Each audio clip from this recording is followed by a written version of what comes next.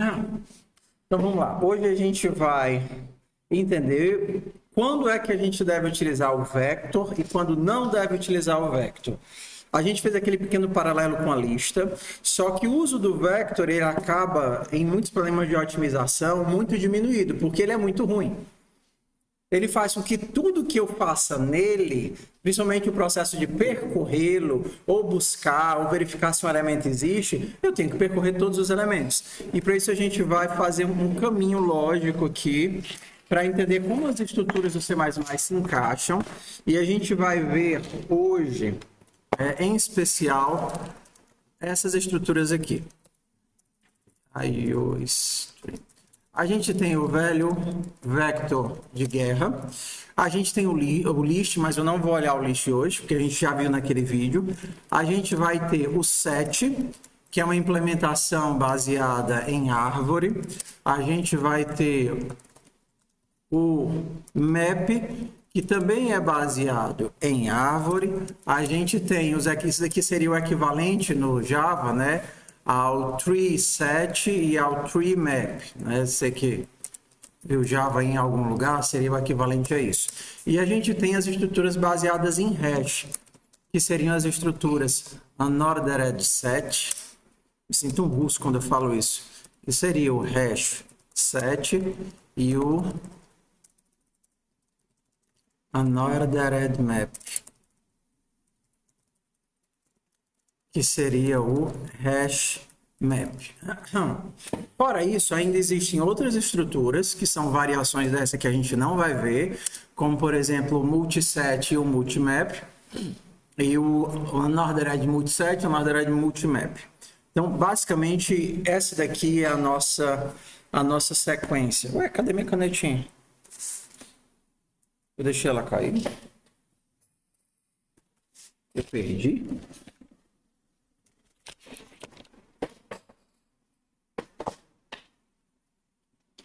Cadê a canetinha da lousa para desenhar?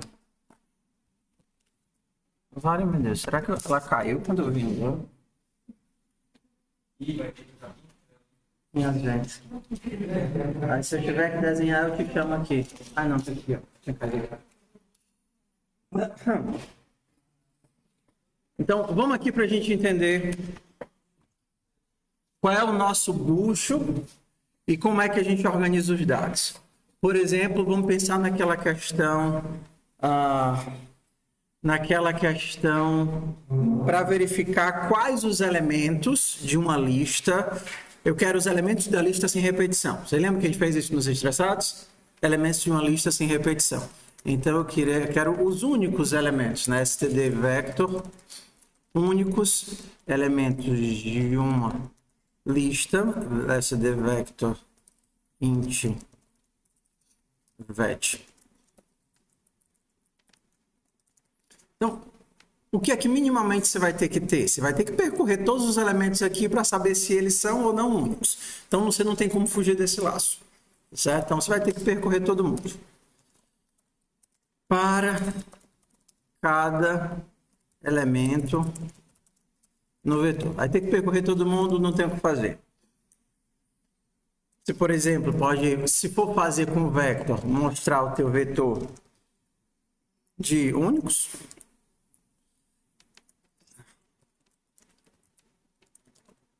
Começa vazio. E para cada elemento desse vetor, se ele não está no vetor de únicos, você insere no vetor de únicos.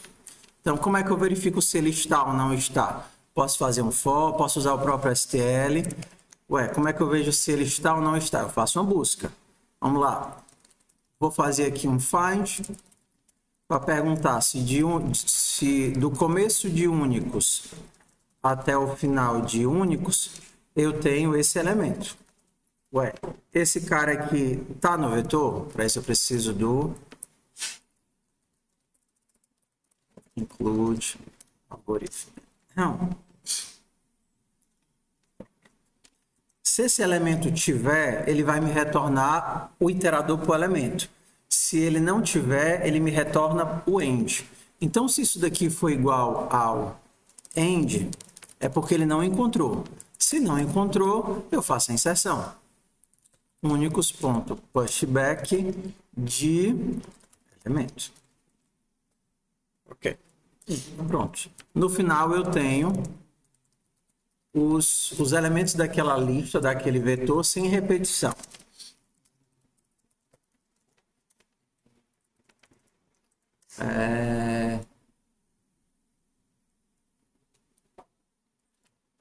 Não lembro. Tinha botado aqui. Auto únicos recebe get únicos de 1, 2, 1, 1, 3, 4, 5, 7, 3, 8.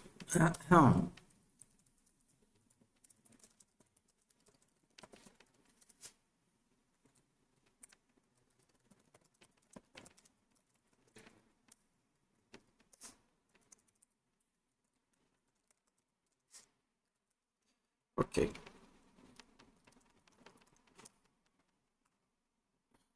Tudo bem. Todos os elementos aqui sem repetição. O que é o nosso custo aqui? Eu tenho que percorrer todos os elementos, não tenho como fugir disso, mas o meu problema está bem aqui. Para ver se esse elemento está ou não está nessa lista, como eles não têm nenhum tipo de ordenação ou estrutura, eu tenho que percorrer a lista inteira. E aí aqui eu vou ter O de N, ou seja, está relacionado ao tamanho da lista, e aqui eu também vou ter O de N. Se a minha lista dobra, o meu custo de fazer isso daqui dobra. Então, eu vou ter n ao quadrado, o que é muito ruim. Então, a gente poderia pensar em formas de organizar os nossos dados para, se eu precisar fazer uma busca, uma inserção, sei lá, uma remoção, eu tenho um custo menor. E aí a gente começa as nossas malandragens. Primeiro caso que a gente poderia pensar seria, e se, ao invés de inserir todos os meus vetores, todos os meus elementos, de forma desordenada, 5, 1, 6, 3, 4, 8, 9, 0, eu começasse a pensar num vetor que estaria ordenado. Então, eu tenho 1, 3, 4, 5, 6, 8, 9... Ficou faltando quem aqui? O 0. Para cá.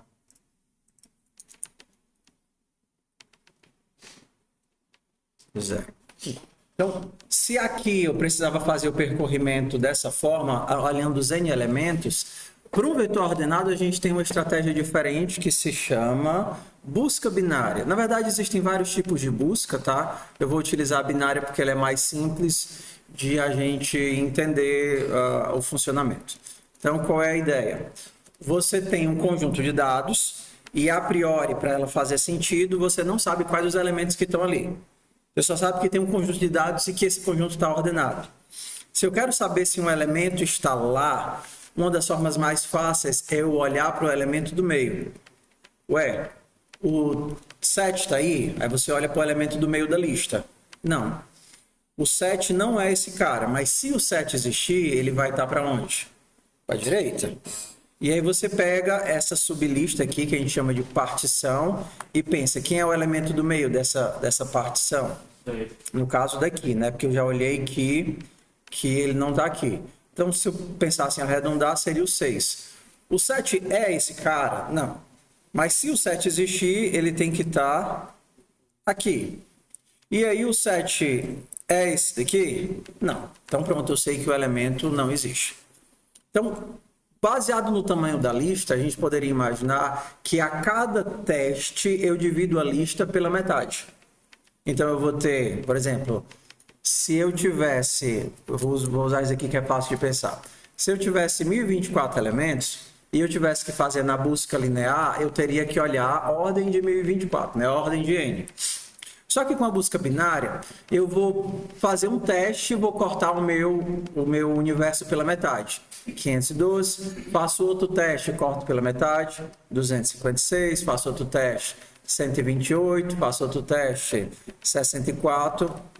E por aqui vai até eu achar o elemento que eu quero no meio, no miolo da partição, ou esquadrinhar ele até eu descobrir que ele não existe. Eu tenho essas duas possibilidades.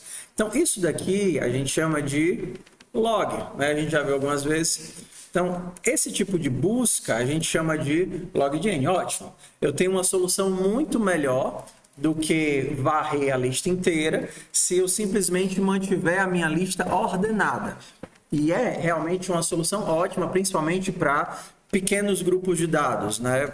Sei lá, 1.000, 2.000, 3.000, 10.000 pequenos grupos de dados, onde o log ainda é um valor insignificante. O que é o meu problema aqui? Se você está tentando montar essa lista ordenada e você tivesse que fazer uma inserção nessa tua lista ordenada, eu quero inserir um novo valor, quero inserir agora o valor -1, o que é que eu vou ter que fazer? Exatamente, como eu estou aqui no vetor, eu vou ter que deslocar todo mundo para a esquerda. E aí, inserir numa lista ordenada já é uma operação extremamente custosa. Não compensa. Se eu fizer, se for só para montar a minha lista e fazer buscas, ótimo, ela é uma maravilha. Agora, para fazer inserções, aí ela se torna uma desgraça. Então, vamos pensar aqui em outro caso. Existe uma forma de eu manter a lógica da busca binária, mas ainda que me permitir inserções e remoções. Que tipo de estrutura é essa? Isso é o que a gente chama de árvore. Então, numa árvore, você começa a organizar os teus dados como uma lista ligada, só que de um elemento você pode ir para vários outros. Você lembra como era a lista? Na lista você tinha um elemento que te jogava para outro elemento, que te jogava para outro elemento, que te jogava para outro elemento e por aí vai. Na árvore vai funcionar mais ou menos assim. Você tem um elemento que a gente chama de raiz, por exemplo, o 4, e aí a gente vai impor uma estrutura para essa árvore, que seria, por exemplo, os menores ficam para a esquerda e os maiores ficam para a direita. A árvore mais simples que tem, a árvore binária, nos daria a seguinte configuração. Vamos imaginar aqui. Do 4 eu vou para o 1. Do 1 eu vou para o 3. E daqui eu vou para o 0. Desse 4 eu posso ir para o 6. Do 6 eu vou para o 5. Do 6 eu posso ir para o 9. E do 9 a gente vai para o 8. Do 0 a gente vai para o -1.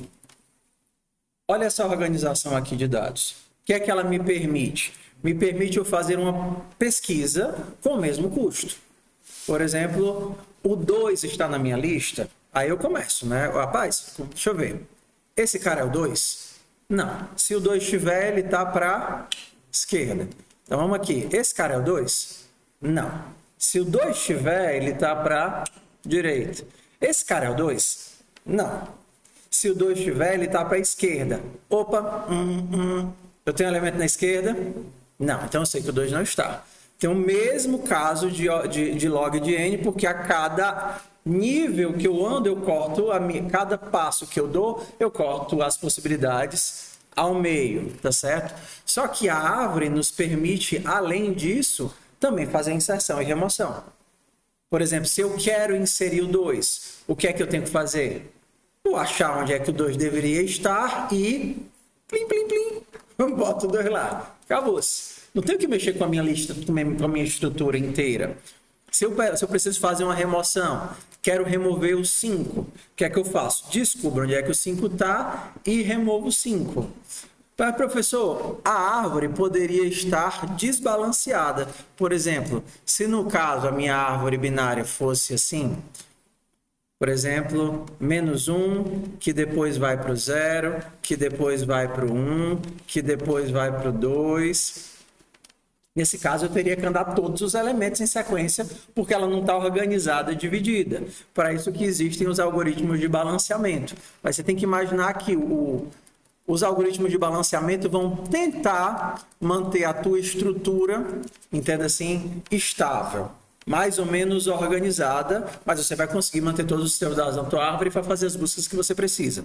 Então, o que seriam os algoritmos de balanceamento? Se você insere e o negócio começou a ficar muito capenga, por exemplo, você vai colocar o 7 e o 7 viria para cá, ó, você está vendo que aí você agora tem 2 níveis com buracos, né? Você tem esse nível aqui sem nada e mais um nível que você acabou de abrir aqui. Aí o que é que o algoritmo de balanceamento faz? Opa, esse negócio aqui está torto. Que tal se a gente fizer o seguinte? A gente vai puxar o 8 aqui para cima, aí o 7 vai ficar de um lado dele, o 9 vai ficar do outro lado. E o algoritmo de balanceamento faria esse tipo de coisa aqui. Ué, vamos fazer o seguinte, vamos botar o 8 para cá, o 7 vem para cá e o 9 vem para cá. Resolveu o meu problema? Resolveu o meu problema. Continuei mantendo minha árvore balanceada. Qual é o esquema aqui? Se você precisa que os teus dados estejam ordenados, se essa é uma obrigatoriedade do teu problema, você vai usar uma árvore. Você precisa manter os teus dados ordenados. Ótimo. E aí você consegue fazer busca, inserção, remoção em log de N. Beleza. Porém, contudo, entretanto, todavia, se você não precisa manter ordenação, a gente iria utilizar os unordered sets e unordered maps. Daqui a pouco eu chego na diferença entre o que é um set e o que é um map. Como é que os conjuntos, como é que as estruturas não ordenadas funcionam? Tá, só para lembrar, a gente vai implementar esse cara aqui e depois a gente vai implementar os hashes, mas é importante a gente entender a diferença dos elementos para saber quando usar um e quando usar o outro. Mas vamos lá, como é que os conjuntos não ordenados funcionam? A gente vai criar um vetorzão, na verdade não é você que cria, e deixar ele todo vazio, tá? Imagina aqui que você tem um vetor de 100 posições, para facilitar. Tudo bem? 100 posições. Qual vai ser o jogo? Eu recebo um elemento, eu vou fazer uma conta nesse elemento, que a gente chama de hash. E essa conta já vai me jogar para a posição que eu tenho que colocar esse elemento ou parecido. Então, por exemplo, a nossa conta aqui seria o operador de módulo, né? O resto da divisão. Então, vamos imaginar que eu tenho 100 posições bem aqui. Se você quiser inserir o elemento 75, 75 mod 100 vai te jogar para qual posição?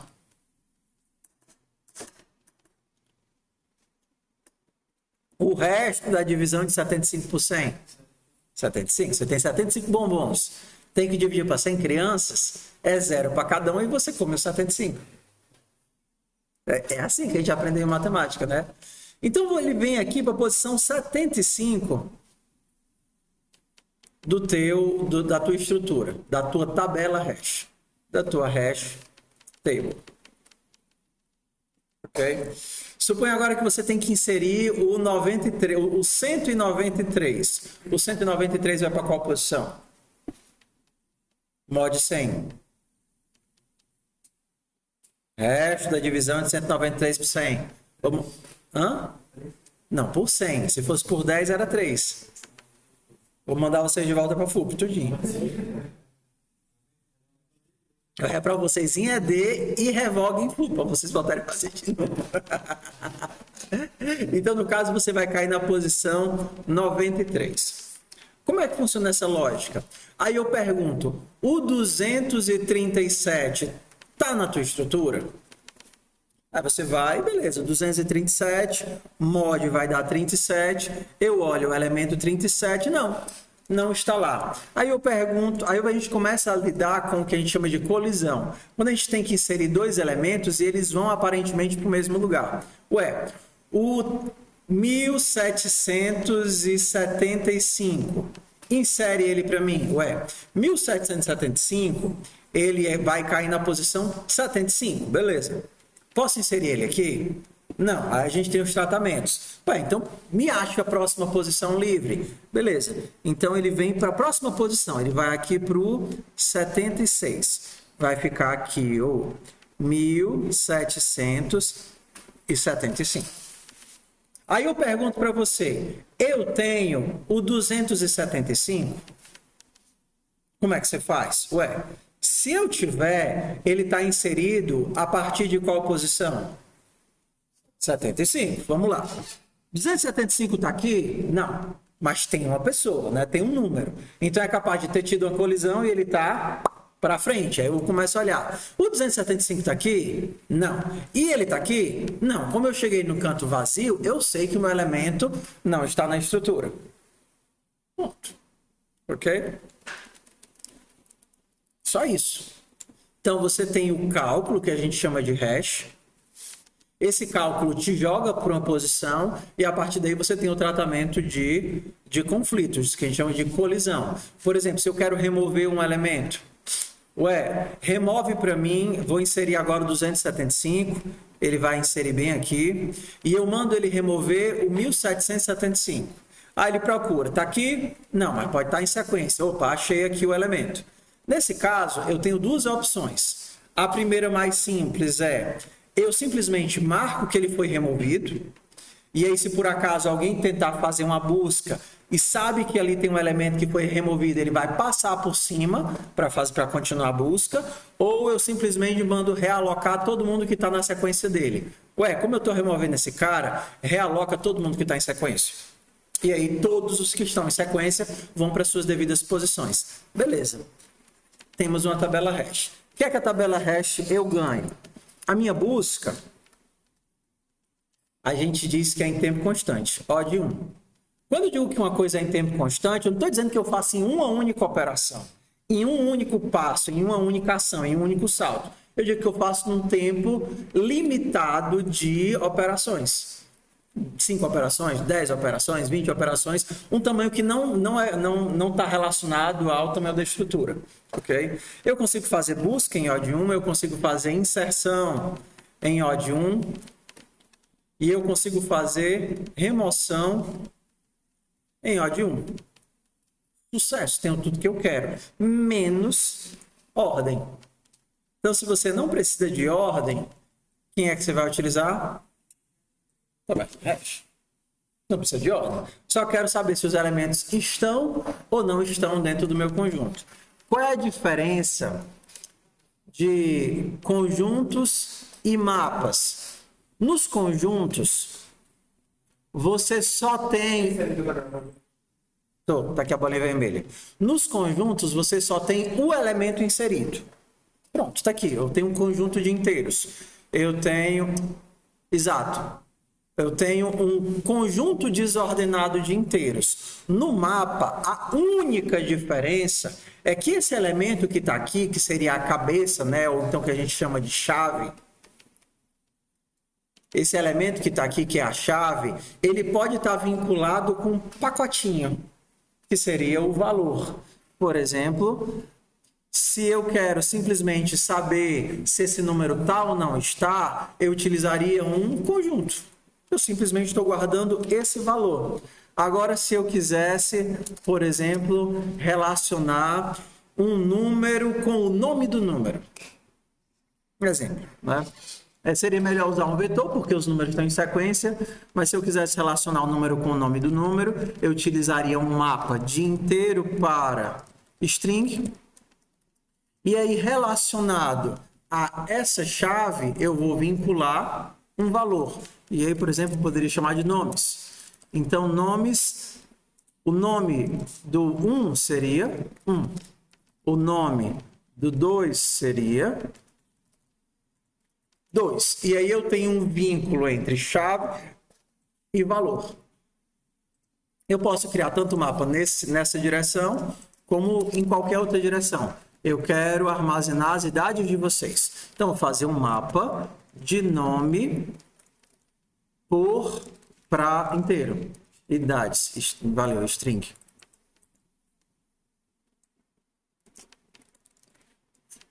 Idades. E aí eu teria que a idade do José é 15.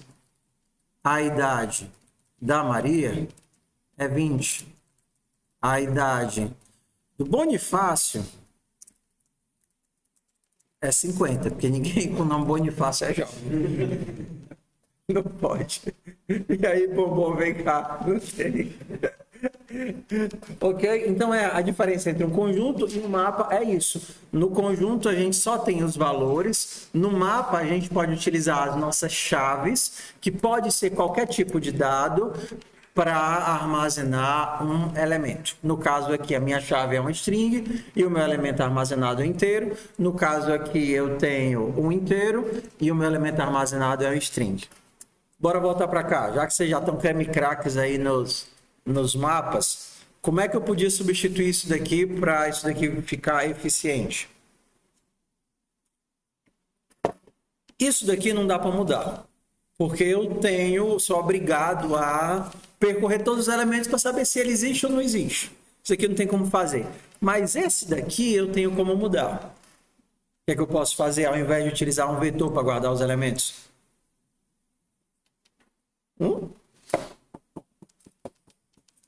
Ao invés de eu usar um vetor, o que eu posso usar?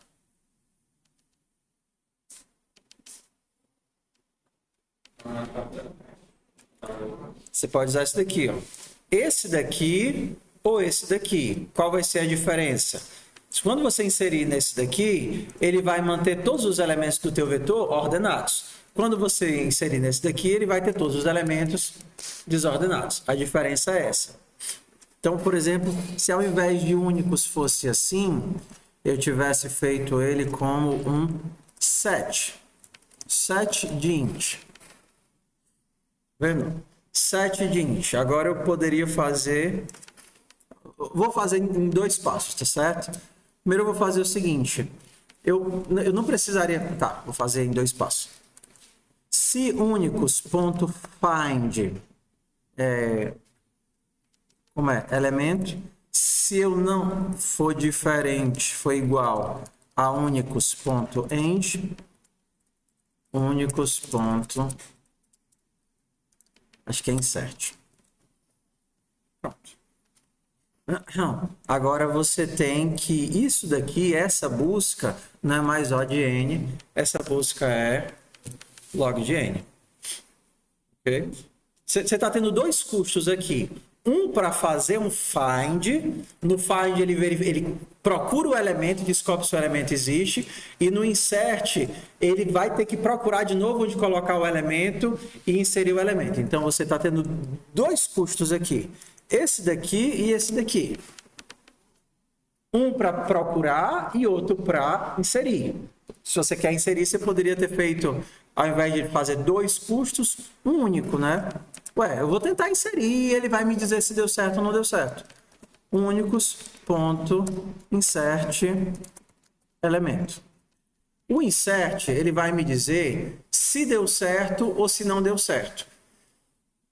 Ele é uma função que ele é assim, ó. Tá vendo aqui essa construção? O que é que ele vai me retornar? Um par e um booleano.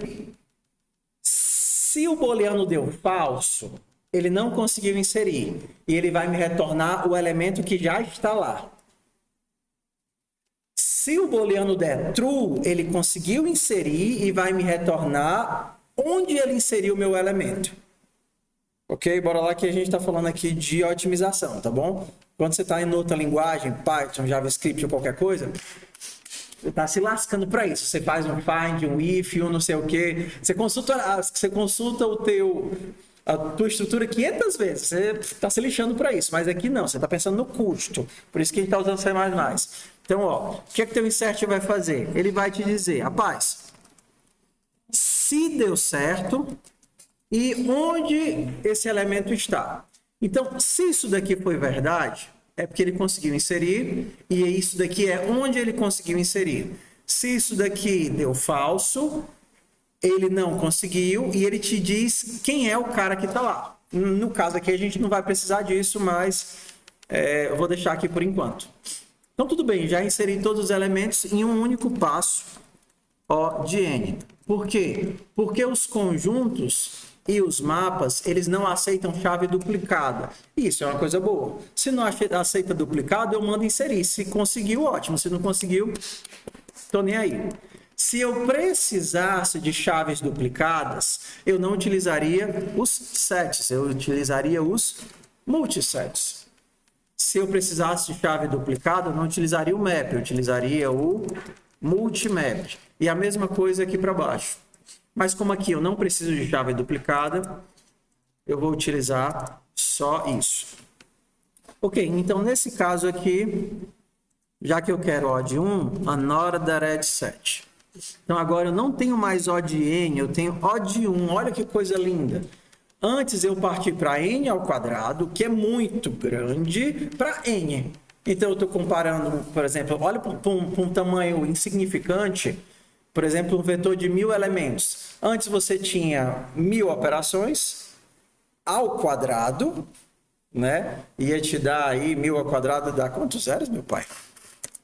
1, 2, 3, 1, 2, 3. Então, você teria um custo de 1 milhão de operações, você parte de 1 milhão para 1000. Isso é um tamanho de dado insignificante, tá certo? Só que, por exemplo, no nosso caso, não resolve ainda porque ele está esperando o vetor na ordem que os elementos aparecem na lista. Tá vendo? Aqui no caso, se eu quisesse na ordem que eles aparecem, o teu vetor desordenado não vai retornar na ordem que eles aparecem, vai retornar tudo bagunçado. Sim ou não? Sim, se você simplesmente dissesse, eu vou ver o que foi que deu o resultado. Você pode preencher uma estrutura, qualquer container, com outro container. Se eu só quisesse converter de uma estrutura para outra, eu poderia fazer assim, eu vou criar aqui um vetor de inteiros e vou pegar e colocar nele do começo de únicos até o final de únicos. Vamos aqui, pensando em custo, certo? Então, simplesmente é como se você estivesse fazendo um for, percorrendo a tua estrutura inteira, o teu mapa desordenado e jogando tudo no vetor, na ordem que ele aparece. Okay? Então, você utilizou o mapa aqui para armazenar e depois, entenda, você não converteu a estrutura para vetor, você criou um outro. Mas, mesmo assim, olha o teu custo aqui. Percorrer a tua estrutura inteira é simplesmente percorrer a tua estrutura inteira, O de n. Então, qual é o custo total agora? Eu tenho O de n vezes O de 1, n vezes 1 é n, mais O de n. Então, eu teria O de 2n. Só que esses fatores, 2n, 3n, são irrelevantes quando você pensa em tamanhos muito grandes. A gente despreza. Então, o custo do meu algoritmo continua o mesmo. Proporcional ao tamanho da estrutura. O de n, O de 2n, O de 3n, sei lá. Vamos ver qual foi o resultado que saiu aqui. Que ele está dizendo que eu não estou usando isso daqui. Eu não estou usando mesmo. Daqui a pouco eu vou usar.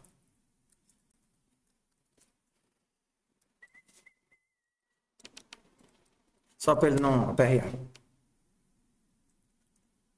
8, 7, 5, 4, 3, 2, 1. Ele foi exatamente o contrário, né? É exatamente o contrário. Eu ainda tenho um problema. Eu preciso dos elementos na ordem que eles aparecem. Alguma solução para o meu problema? Professor, você faz o seguinte, utiliza esse cara só para verificar se o elemento pode ou não pode. E você vai armazenando eles no vetor, o teu vetor de saída. Toda vez que você inserir no conjunto, você insere ele no vetor. E aí no final você teria os elementos todos ordenadozinhos. Beleza? Então, você poderia pensar assim, std vector int ordenados. Ou então, não é ordenados, mas é na ordem que eles aparecem. Agora eu faço o teste, Tenta inserir no teu conjunto. Se você conseguiu, se o resultado, se conseguiu, vou colocar assim, tá certo? Se conseguiu inserir ordenados ponto pushback de elemento.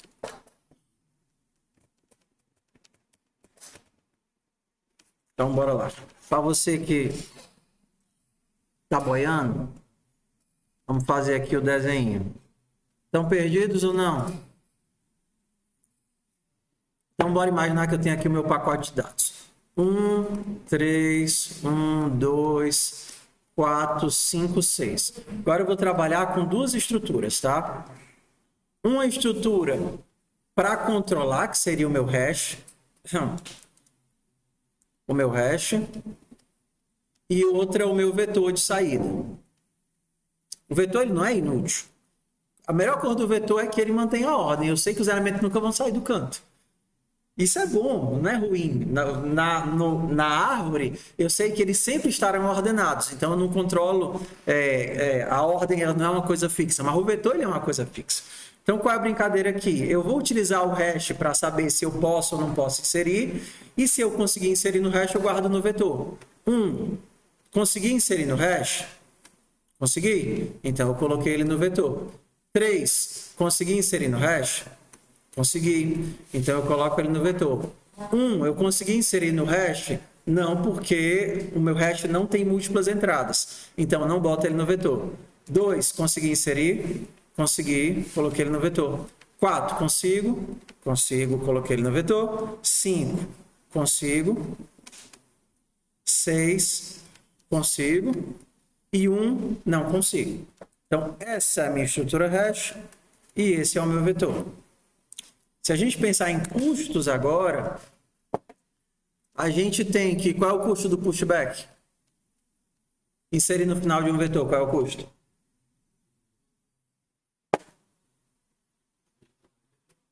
Inserir no final do vetor depende do tamanho do vetor? Pushback, inserir no final do vetor. Eu não mexo com ninguém, eu simplesmente chego lá e boto o meu elemento. Entendeu? No vetor, você só... Tudo é O de 1, menos, claro, os que a gente sabe que não são. Por exemplo, inserir no meio, O de N. Remover do meio, O de N. Mas remover do final, inserir do final, O de 1 é tempo constante. Ok? Por exemplo, o próprio resize, né? Lembra do reserve que a gente ia dobrando a capacidade? O reserve é O de N, só que a gente não faz ele a toda a operação. Eles são casos especiais onde o vetor não comporta mais e aí ele duplica de espaço. Mas, por exemplo, aqui, O de 1 também. Então, o custo do meu algoritmo não mudou. Então, a gente teria aqui O de N, O de 1, O de 1, O de N. Então, o custo do meu algoritmo permanece igual. E aqui, agora, eu teria... ordenados a minha sopa de letrinhas, né? Eu tenho na ordem que eles aparecem, mas todas as minhas consultas, elas não exigem mais que eu percorra a estrutura inteira. Okay? Então, eu tenho aí o melhor dos dois mundos. Por que isso daqui é importante? Porque os exercícios lá do arcade,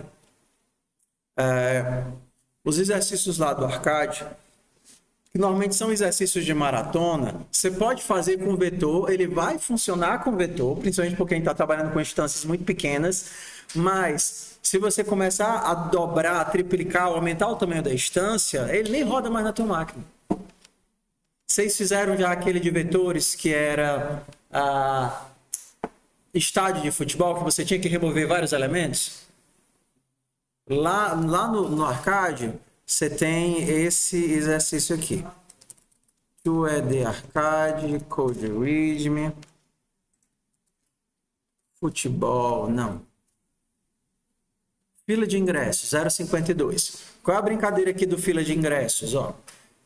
E aí a gente vai testar tudo que a gente viu. Você tem um vetor de números, você não sabe o tamanho, é um vetor de números, e você tem um vetor de elementos que você tem que remover. Então, você tem lá um vetor com 1 milhão de números e você tem um vetor de baixo dizendo quais são os valores do vetor de cima que você tem que remover. Então, por exemplo, a brincadeira, a lógica do algoritmo é o seguinte: isso daqui são todos os torcedores que estavam na fila, isso daqui era o número do ingresso desses torcedores. Só que demorou tanto que você tem a lista dos torcedores que saíram do estádio, que desistiram. Você tem o número dos torcedores que saíram. Aí a pergunta é, quem ficou na fila? Ou seja, a ordem é importante para saber quem ficou na fila. Então, se você fosse fazer isso daqui com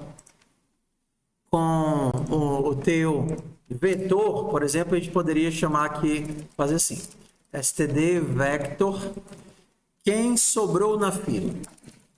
Quem sobrou? Só com vector.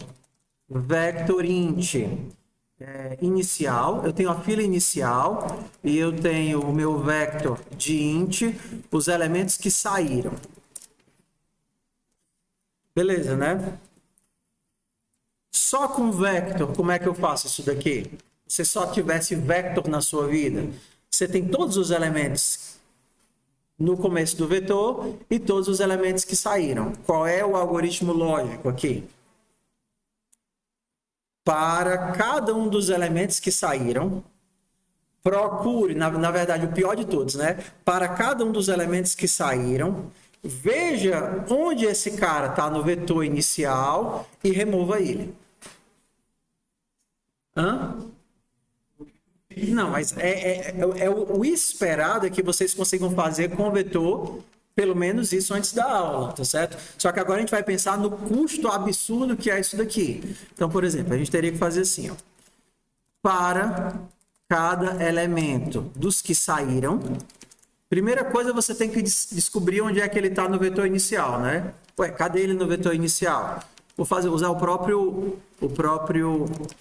a posição. Vai ser o find de begin inicial até end de inicial. Quero saber cadê esse elemento. Sair percorrendo o vetor inicial todinho para saber cadê esse cara. Se eu achar esse cara, se t for diferente de end de inicial, significa que eu achei. Beleza, eu achei. Como é que eu removo o cara? Pode fazer inicial.erase de it. Pronto, acabou. E aí no final você retorna inicial. Qual é o custo disso daqui? Bora lá. Primeiro você tem aqui esse primeiro for, qual é o custo dele? O de n, porque eu estou percorrendo o vetor inteiro. Perfeito, querido. O de n. O custo desse daqui também. Percorri o meu vetor inicial inteiro, procurando por elemento. Ele não está ordenado. É os ingressos dos torcedores. Então, qual é o custo desse daqui? Não tem o que pensar. Você está andando no vetor inteiro, é O de N. Professor, se eu pergunto, sempre tem uma pegadinha e tal. Minha cabeça sempre pensa assim, se é óbvio, está errado. Mas não é não. Ok, beleza. O de N. E o custo desse daqui? Remover um elemento do meio de um vetor. O de N também. Olha a desgraça. Tudo de pior que você podia fazer, você fez. Que pior de ruim que você podia fazer, você fez. Então, qual é o custo desse daqui? Você só tem dois laços e está com a pior complexidade possível. Você tem O de N aqui, O de N mais O de N, você teria 2 O de N ao quadrado, só que o 2 não conta, tá? Isso daqui é tão ruim que o fato de você ter feito 2 vezes não consegue estragar mais do que já é. Entendeu? Então, qual seria o sonho, do nosso sonho? Se eu pudesse sair de O de N para O de N ao quadrado para O de N, né? Que eu não precisasse ter o quadrado, ou pelo menos baixar para um N log de N, alguma coisa assim. Vamos pensar numa outra solução. O que é que a gente pode fazer aqui?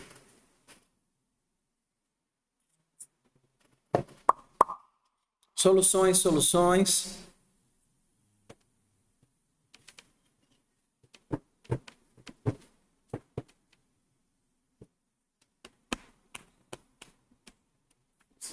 Diz.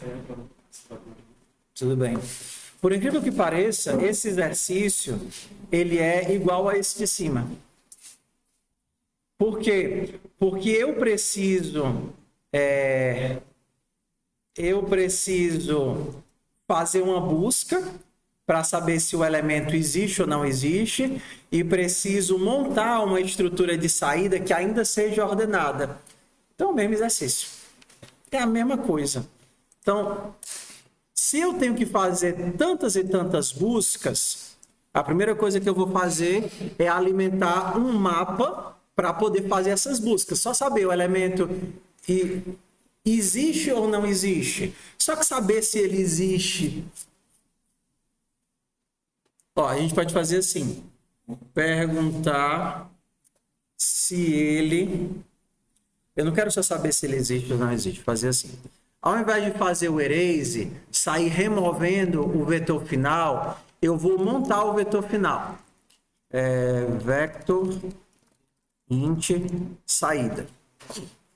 Então, os que sobraram. Ok? Aí, o que é que a gente pode fazer aqui agora? Para todos esses elementos, eu quero saber... Então, eu vou fazer o seguinte. Para todos os elementos de inicial, a minha pergunta é... Eu vou deixar aqui com duas versões para vocês olharem depois, tá certo? Então, eu vou chamar de quem sobrou ruim, péssimo. E a gente vai tentar fazer o quem sobrou bom.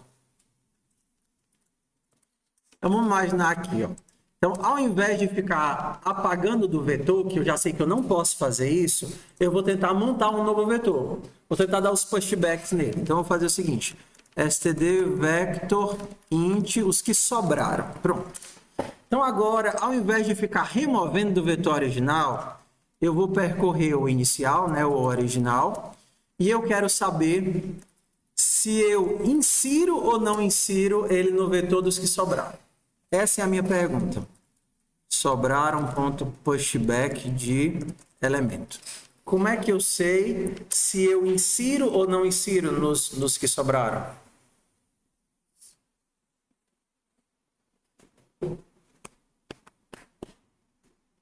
Bora lá, eu tinha a configuração original da minha fila. Quero montar a fila dos que sobraram. E aí eu quero saber, para cada elemento da fila original... Eu insiro ou não esse elemento na fila dos que sobraram? Qual é o teste que eu tenho que fazer? Exatamente, se ele saiu ou não saiu. Tá? Então, se você fizesse isso, por exemplo, se você fosse fazer com um laço aqui, com for, você teria se livrado do erase. Ó, aqui, ó, já é uma coisa, né? Então, por exemplo, se existe, se não... existe em saíram esse elemento. Se esse cara não saiu, eu coloco na lista dos que sobraram. Pronto. Isso aqui já teria melhorado um pouquinho, porque sem o meu erase, eu só teria esse ODN aqui. Ó, já é um pouco menos ruim. Esse é o péssimo, esse é o ruim. Tá vendo? Ó? Aqui o existe é só a minha busca, tá? Só estou deixando assim para ficar legível. Então, para cada elemento da configuração original, estou percorrendo na sequência. Se ele não saiu, ele está na fila dos que sobraram. Ok. Está resolvido. O problema é que aqui eu ainda tenho que percorrer a fila de saída todinha. Como é que eu resolvo isso? Ao invés de eu percorrer a fila de saída, eu posso fazer o quê? Uma consulta ao mapa. Então, eu vou fazer o seguinte, eu vou pegar isso daqui, os que saíram, e criar um mapa com eles. Porque aí eu posso fazer todas as minhas consultas em OD1. Então, ó, o que eu vou fazer aqui? std unordered set int saíram 7. E aí, mesma coisa, lembra que eu falei que eu posso construir de várias formas? Você pode dizer o seguinte, ó, preenche esse conjunto com esses valores, desde begin de saíram até end de saíram. Isso daqui é a mesma coisa de você fazer um for tentando inserir todos esses elementos dentro da estrutura. Então, beleza. Aqui eu tenho ODN, que eu vou ter que percorrer todos esses elementos aqui e jogá-los dentro do mapa. Mas inserir no mapa é OD1. Então, isso daqui eu tenho ODN. Beleza. Só que agora, para fazer a minha busca, eu não preciso mais fazer a busca percorrendo o vetor. Eu posso fazer a busca percorrendo quem? o conjunto. E aí eu consigo fazer o quê? Se saíram 7, ponto find elemento.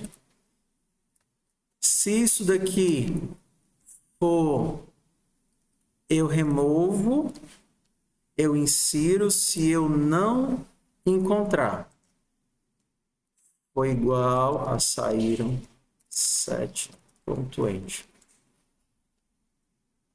Se eu procurei esse elemento e não encontrei, é porque ele não saiu.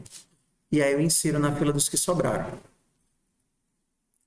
Beleza. Tá aqui.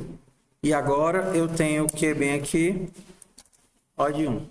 Professor, o senhor se livrou de um odd n que estava bem aqui para colocar ele aqui. Faz diferença? O que é que vocês acham? Eu tinha um odd n bem aqui, eu botei o bicho aqui fora. No caso, eu estaria dentro do outro for. Então, o meu custo total agora é odd n mais odd n, que continua sendo odd n. Odd 2n é a mesma coisa de odd n. Enquanto, quando ele estava aqui dentro, eu tinha n vezes n ao quadrado. Agora sim. Agora esse daqui é o algoritmo que sobrou do sucesso. Você consegue trabalhar com qualquer, entenda assim, né? É o melhor que você consegue fazer nesse caso. Então, você vem de uma coisa que não funcionaria para um conjunto de dados grandes para uma coisa que funcionaria. E aí você pode pegar esses conteúdos e fazer uma série de misturas com ele. Por enquanto, a gente só utilizou o mapa. Mas se, por exemplo, a minha busca fosse o seguinte, olha, eu vou trocar um pouquinho para a gente poder mudar. Então, ao invés de quem sobrou, eu perguntaria onde estão. Dado um vetor original, né, inicial, eu tenho vários elementos. E esses elementos têm qualquer valor. Aí eu estou fazendo agora um vetor de consultas. Consultas. Ok? Então é como se você tivesse assim.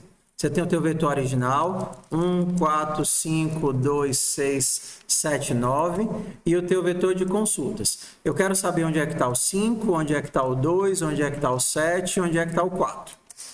Aí você tem que me dizer, onde é que está o 5? O 5 está na posição 0. Onde é que está o 2? O 2 está na posição 3. Onde é que está o 7? O 7 está na posição 0, 1, 2, 3, 4, 5.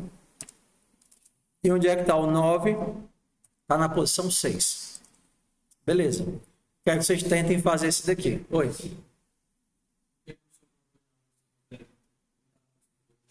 Obrigado. O 5 está na posição 2. O 2 está na posição 3. O 7, 4, 5 e o 9 e o 4. O 4 está na posição 2. Não, 4 na posição 1, 0, 1. Está aqui o 4. Beleza. 5, 0, 1, 2. O 2 na posição 0, 1, 2, 3. O 7 na 5 e o 4 na 1. Beleza? Papel e caneta e boa sorte. Bora lá? Papel e caneta e boa sorte. Vê se vocês acordam aí.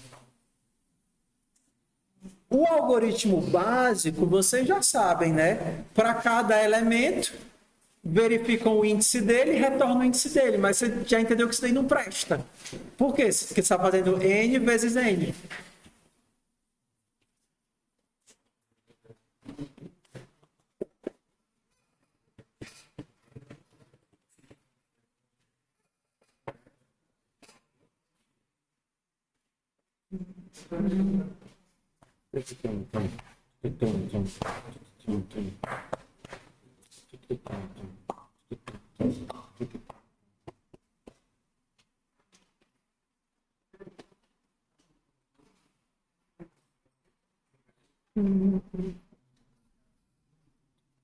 O algoritmo básico, eu vou fazer o básico aqui. Mas vocês vão ter que fazer o bom, eu vou fazer o ruim. Onde estão O ruim, o bosta, o ruim.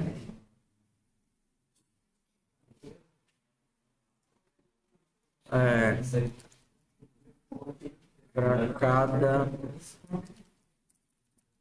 elemento em consultas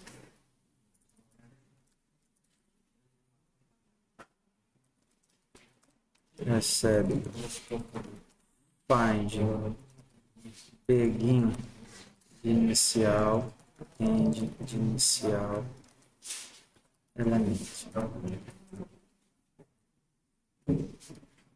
E se por acaso você não achar, menos 1, tá? Por exemplo, o 8 vai me retornar menos 1. Se IT vector de int posições, se t for igual a end de inicial, então posições ponto pushback menos 1, se não posições ponto pushback std distância de begin de inicial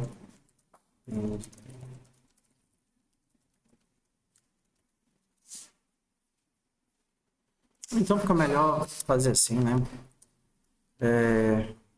Index of, né?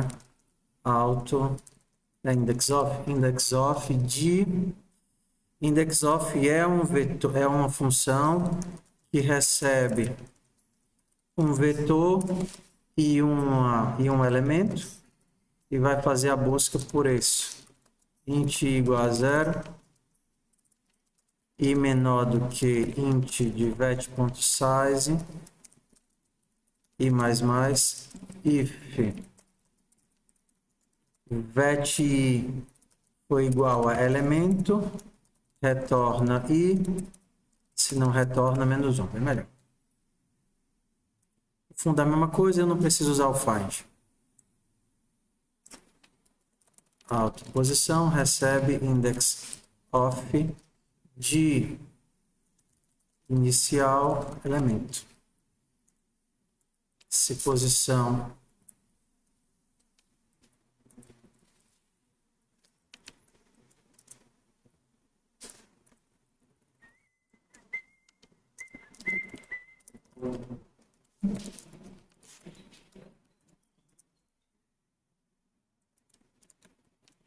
pronto, tá aqui. Isso é o ruim. Eu quero que vocês façam algum que preste. Isso aqui é. Percorre todos. Percorre para saber onde é que o cara tá. E você insere na saída. Sugestão. Vou dar a sugestão. Vocês vão precisar do mapa. O conjunto não vai ser o suficiente. Porque com o mapa você consegue fazer a busca. E dentro do mapa você consegue colocar o elemento e a posição dele. Então, para ele ter um mapa colocando o elemento e a posição dele. E aí depois vocês conseguem fazer as pesquisas em log 1. Vou pegar mais café.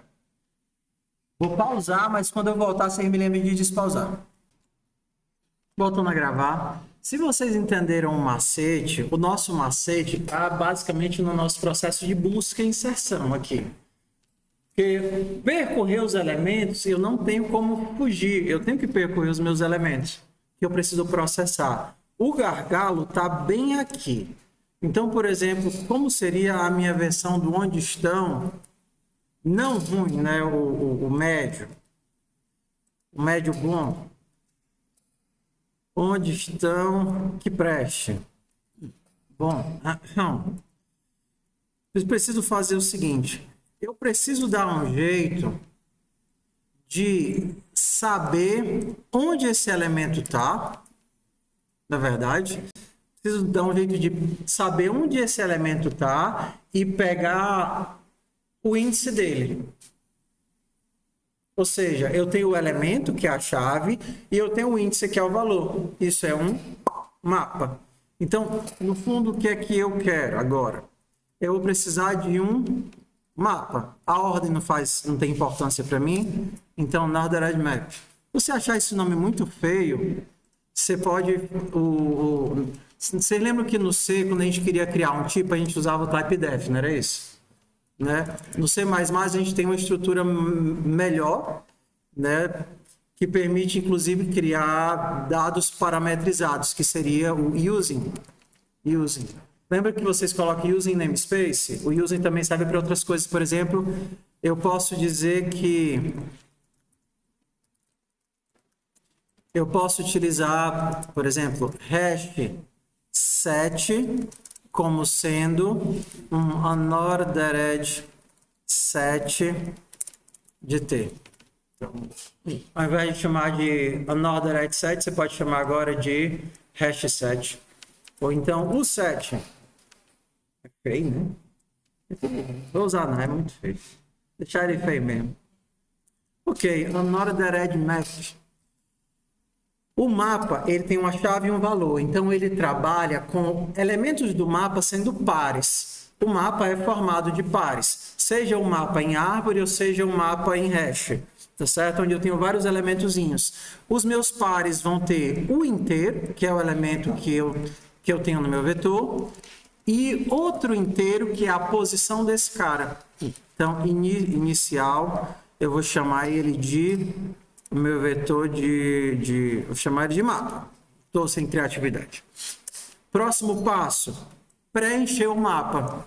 Pegando todos os meus elementos aqui e guardando esse elemento com o índice dele. Então, bora lá. Para i igual a 0, usar só esse tempo. I igual a 0, i menor do que inicial.size e mais. Vou percorrer todas as posições do meu vector. Só que eu vou fazer o quê? Inserir esse elemento com o índice dele dentro do mapa. Então, vou fazer um mapa na posição i, na posição vet i, recebe i. É vet? É? Não, é inicial. Mapa na posição inicial i, recebe i. Esse é o valor que eu estou guardando e essa é a chave. Agora eu posso perguntar o quê? Ei, cadê o elemento 53.200? Aí ele vai achar pela chave, que é 53.200, e vai me dizer, esse elemento está na posição 70. Essa é a chave e esse é o valor. Então agora eu posso simplesmente me dizer, ei, para cada elemento do meu vetor de consultas, eu vou perguntar, ei, mapa, cadê esse elemento? Aí ele vai me dizer, por exemplo, não existe. Então, se IT for igual a end de mapa, se ele não existir, posições, ponto, pushback de -1. Se ele existir, então eu pego mapa, ponto, mapa na posição, elemento.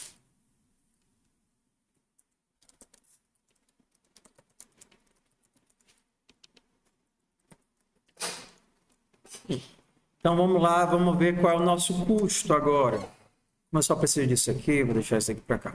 Então o nosso custo eu tenho o custo inicial de alimentar o meu mapa. E o meu custo é exatamente O de N. Por quê? Porque cada inserção no meu mapa é O de 1. Percorri todos os elementos, inserindo todos no mapa, então isso daqui eu tenho O de N. Para fazer todas as consultas, também O de N. Para encontrar o meu elemento no mapa, eu vou fazer O de 1. Para inserir no pushback, também O de 1. Então, pronto. Meu custo final, ele cai de novo de N ao quadrado, que era esse daqui, né? Cadê? Tá faltando ponto e vírgula onde? Ah, não, no vetor. Ele cai de n ao quadrado, que seria O de n com O de n para O de n mais O de n, né? Que seria O continua O de n. Ou seja, isso é a diferença entre um algoritmo que não vai rodar, não vai rodar, não é questão dele ser ruim aqui, ele não vai rodar. Entendeu? Não roda, não roda. Roda. Até um vetor de tamanho 2.000, 3.000. Tu bota aí 100.000, não vai rodar. Não precisa nem disso. A partir de 1.000, o bicho já não roda nem no teu computador. Entendeu? Por que isso daqui é importante? Esse tipo de...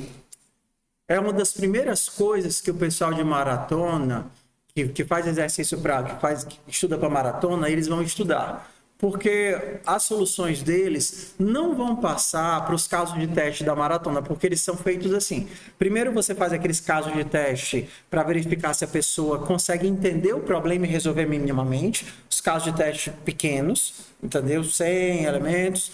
E depois ele vê se o aluno tem noção de complexidade. E ele bota os casos de teste que testariam isso daqui. Você bota uma entrada de dados com 100 mil elementos. Isso daqui não vai rodar nunca, em hipótese alguma. Não precisa nem 100.000, 5.000 ele já não rodaria. É 5.000 ao quadrado. Certo? Então, são dois níveis de maturidade na capacidade de compreender um problema. Primeiro, entender como é que eu resolvo de qualquer forma, ou pelo menos minimamente entendendo qual é o problema. Isso daqui era para você conseguir fazer. E depois você entender, com a ajuda das estruturas da linguagem, como é que você resolveria o seu caso. Ok? Então, assim, variantes do mapa, da forma de utilizar conjuntos e mapas. Então, a primeira forma de você fazer inserção é assim. Isso a gente chama de inserção destrutiva. Por quê? Porque ele funciona assim, ó. Se ele não existe, se não existe essa entrada, ele cria essa entrada. E se existir, ele sobrescreve. Beleza? Então, esse daqui é o tipo de inserção destrutiva. O tipo de inserção não destrutiva seria utilizando o insert. O insert, ele vai... José 40.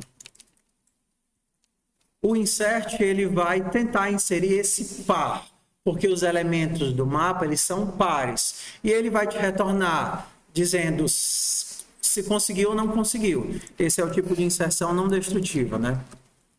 Não destrutiva. Então, ele só insere se não existir. Você teria outros métodos, por exemplo, você tem o find para saber se o elemento está lá, né? Por exemplo, idades.find de Maria. E você também tem o count Maria. Por exemplo, saber se a Maria está lá, você pode fazer de duas formas, né?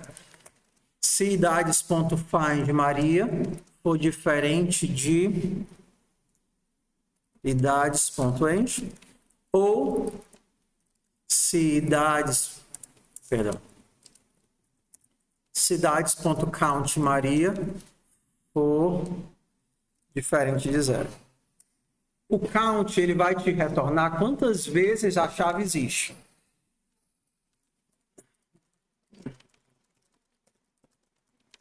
A professor, o senhor não disse que ele só pode existir uma vez ou nada?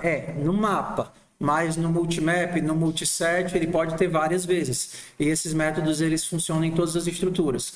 Então o count vai verificar quantas vezes a chave existe. Aqui ou ela existe uma vez ou não existe 0 vezes. E o find retorna o iterador para o elemento.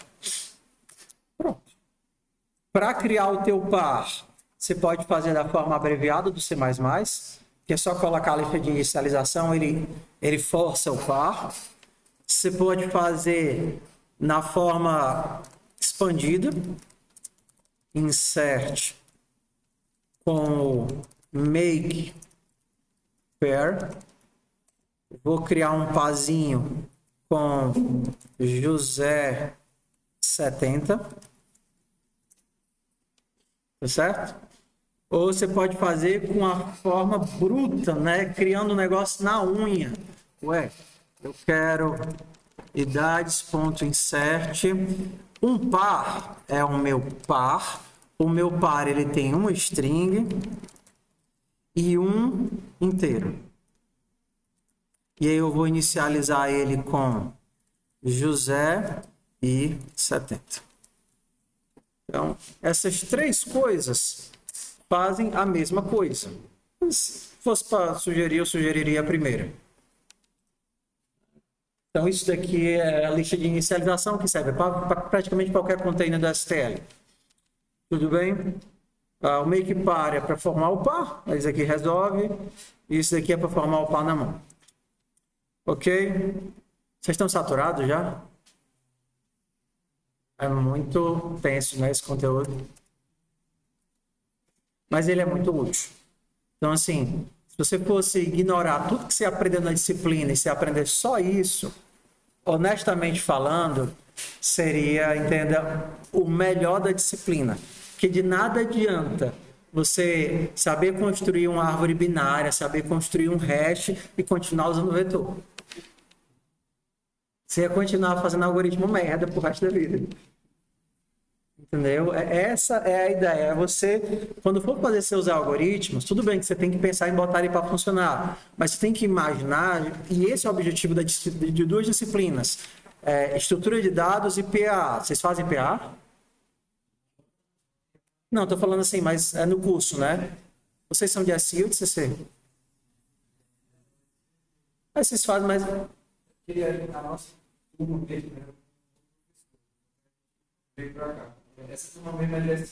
Ah, tá, mas vocês têm o pessoal de CC aqui também.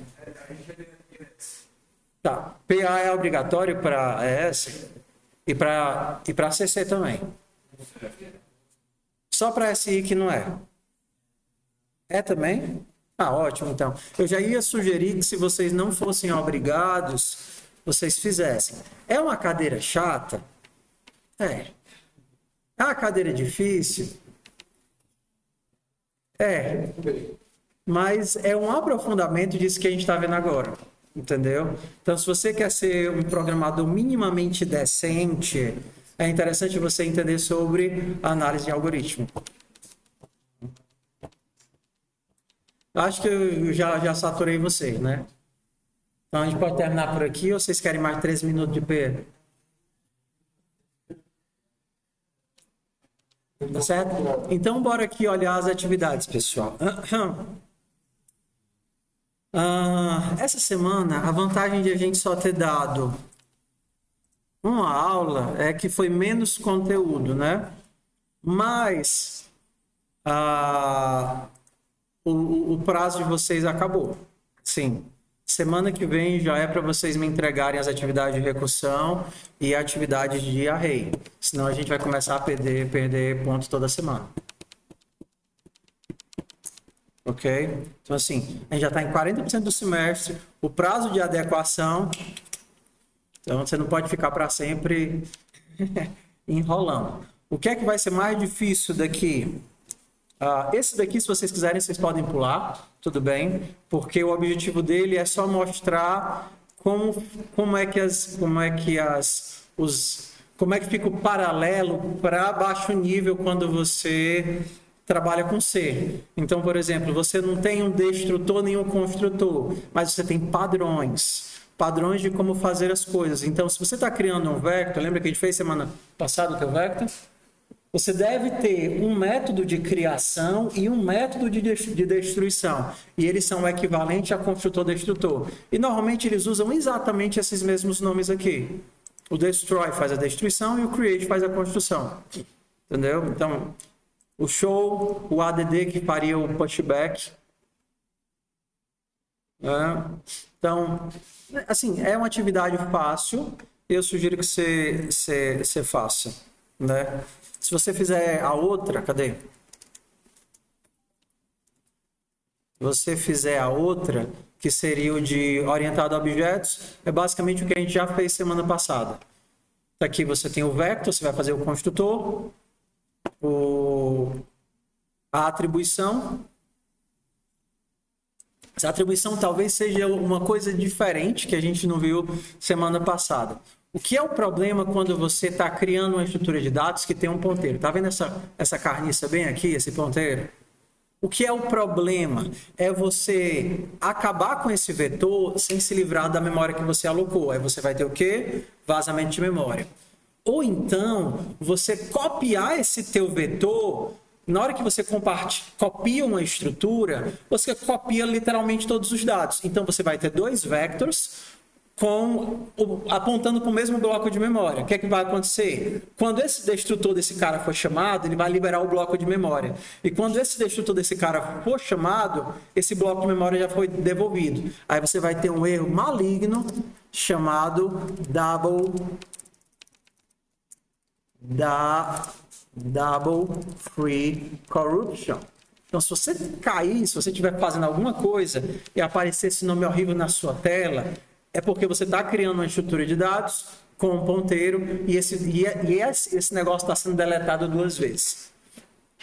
E aí você tem que entender como é que o C++ funciona. Por exemplo, se vocês fazem uma coisa como isso, por exemplo, você criou lá o teu vector, tá certo? O teu vector, né? O vector do Davi. Criei o vector do Davi, vet.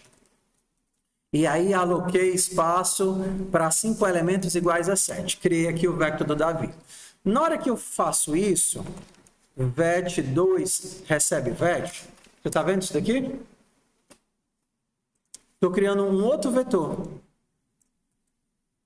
E ele está fazendo uma cópia desses dados aqui para esses dados aqui. Isso daqui é um construtor também. É um construtor de atribuição. Então, o que você tem que fazer aqui nesse caso? Quando você estiver tentando inicializar esse vetor a partir de outro, ao invés de você simplesmente copiar o ponteiro do outro cara, você vai ter que fazer o quê? Você vai ter que criar o seu próprio bloco de dados e copiar os valores desse cara. Professor, por que isso é importante? Isso é a diferença que eles chamam na literatura entre cópia rasa e cópia profunda. Que é quando você precisa copiar um bloco de dados. Você não quer só a referência do bloco, você quer uma nova versão do bloco. Isso vocês vão encontrar problema em Python, em basicamente todas as linguagens. Por exemplo, quem programa com Python aqui, se você tem uma lista, 1, 2, 3, 4, 5. E você quer copiar os elementos para outra lista, o que acontece se você fizer isso? Lista 2 recebe lista. Quem conhece um pouquinho de Python aí? Você vai ter 2 listas com 2 espaços de memória, sim ou não? O que você acha? Não. Você vai ter 2 referências para o mesmo elemento. Então, esse problema da cópia rasa por cópia profunda é uma coisa comum em todas as linguagens, por isso que é interessante a maturidade. Então, aqui no caso do Python, você teria que obrigar que ele fizesse a cópia de todos os elementos numa nova lista para você ter uma outra lista, certo? Tá? Então, é só seguir a sequenciazinha aqui, ó. Inicializar o atual com a capacidade do outro, inicializar o size, entendeu? Se esse cara que você está fazendo a atribuição já tem um bloco de dados, você tem que se livrar dele antes de criar um novo bloco de dados. E se vocês seguirem todas as instruções aqui, esse daqui é o método mais importante, vocês conseguem fazer o resto, que é basicamente o pushback e a inicialização. Rotação, vetor de consulta e fila de ingressos, eu acabei de fazer com vocês hoje. Então, assim, é uma coisa que vocês não conseguirem fazer de cara, é só olhar a aula, vocês pegam o conteúdo. Rotação à direita também é fácil. É o seguinte, o que seria rotação à direita? Eu pegar o 5 e colocar no começo. Então, esse cara aqui viraria 5, 1, 2, 3, 4. Só que aí você pensa, se você tiver que rodar 1000 vezes, você realmente vai pegar 1000 vezes o elemento e colocar no final do vetor?